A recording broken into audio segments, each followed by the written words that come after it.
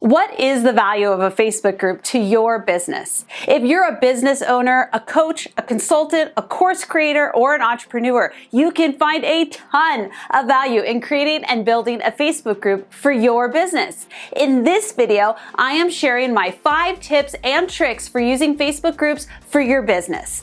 I want to be clear, this is not a video to teach you how to grow a group to hundreds of thousands of people.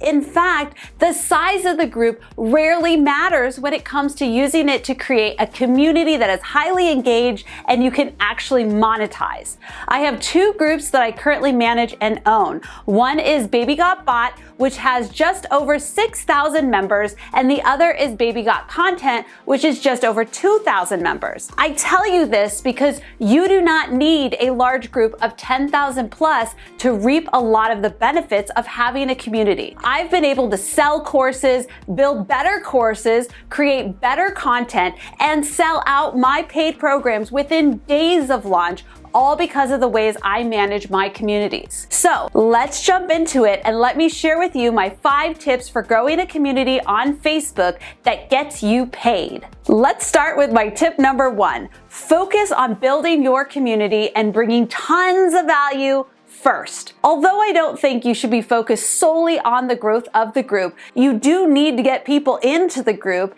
engaged in your group, and then get them to stay in your group. To do this, you need to give them more than you take. I give a ton of value in my groups. I answer questions, I do live training sessions, I share bonus material, and I bring guest experts into my group to do trainings as well. I encourage my group members to also bring value and participate.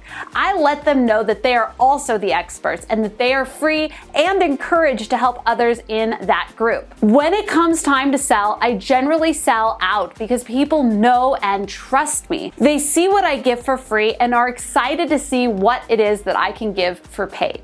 All right, let's talk about tip number 2. Always remember, the numbers don't matter if the people don't care. I live by this. I am very particular about who is allowed in my Facebook group. I have 3 intake questions. If you can't fill them out, you can't come in. It keeps the spammers out and is one of the reasons I have such an active group where everyone pretty much participates. Growing a group just to have a group is one thing, but if you want to grow a community of people who want to work with you and are active and engaged, you can't focus on the numbers, but you have to focus on the quality of the membership. I may not have the largest group in my niche, but I can bet that I have one of the most active groups. All right, number 3, ask your community what they want. Whenever I start planning a new service, product, or course, I ask my community what they think, what would be helpful to them, and what they want first. I don't even start thinking about building a landing page until I know what they want. I can think of my idea is awesome all day long, but if it's not useful to my community, aka my target audience,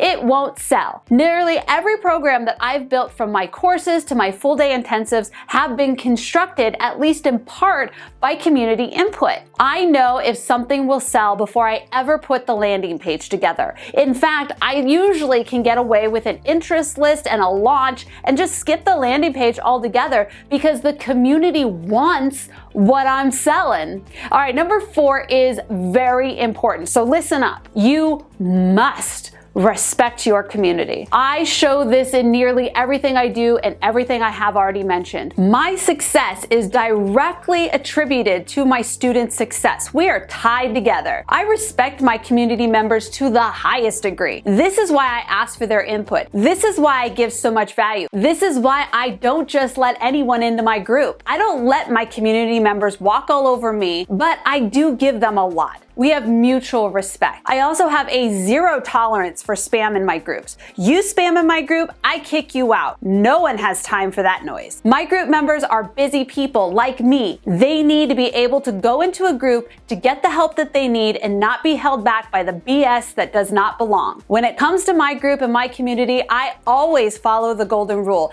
and treat them the way I want to be treated. Finally, let's talk about my 5th tip: setting expectations. I make sure it's clear what is not allowed in my group so spammers don't even try. But I also am open with my group members, letting them know they are just as smart and just as helpful as I am. I encourage members to help each other and share their own content if it is helpful to the community, and I let people know that I am not the only one with the answers in my group. This empowers the group members to be more active, but it also takes a lot of the pressure off of me so that I don't feel like I always have to be live in my group all the time answering questions. And it also allows me to sell my consulting services if people really want that one-on-one time with me. Now, if you follow these 5 tips in your Facebook group, you will see steady growth, an active and engaged community, and a group of people who will want to buy from you.